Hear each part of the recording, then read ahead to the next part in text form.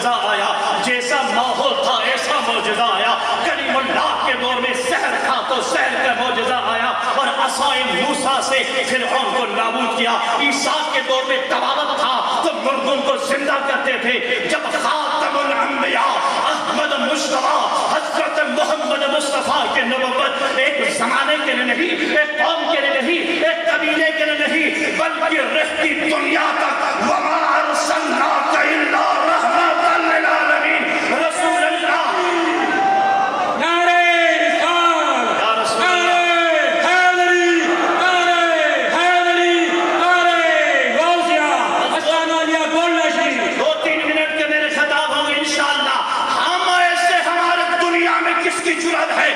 محمد عربی کا مقابلہ کرے، وہ نبیوں کا سردار ہے۔ کسی نبی میں یہ کمال نہیں ہے کہ وہ احمد مصطفیٰ کا مقابلہ کرے۔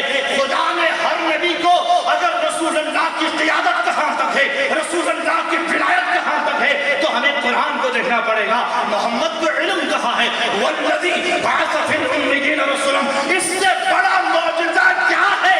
جہالت کے زمانے میں ایک ہستی ابھر آتی ہے، مشرق میں اس کا کوئی نمونہ ہے، نہ مغرب میں ہے۔ وہ عالم ہے انبیاء سے بڑھ کر، ہر قوم و قبیلے کے نبی، کبھی کسی قوم کا نبی، کسی قبیلے کے نبی، کوئی شہر کا نبی، کوئی اولو العزم پیغمبر، کوئی سات بر اعظم کا نبی۔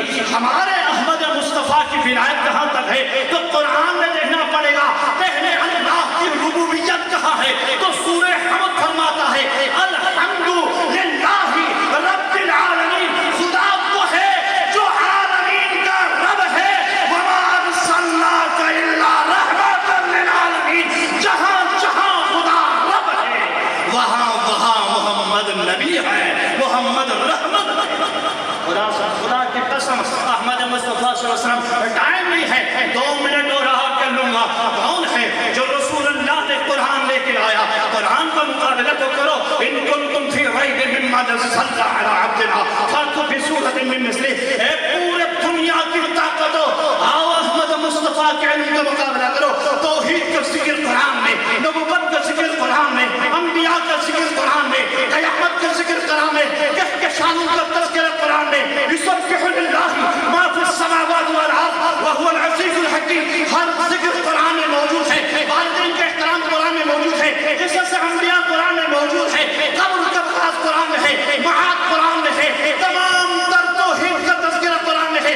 قل اللہم مالک الملک تؤتی الملک من تشاء وتنزع الملک ممن تشاء ولا رطب ولا یابس الا فی کتاب مبین۔ اور سب کچھ اس کتاب مبین میں موجود ہے۔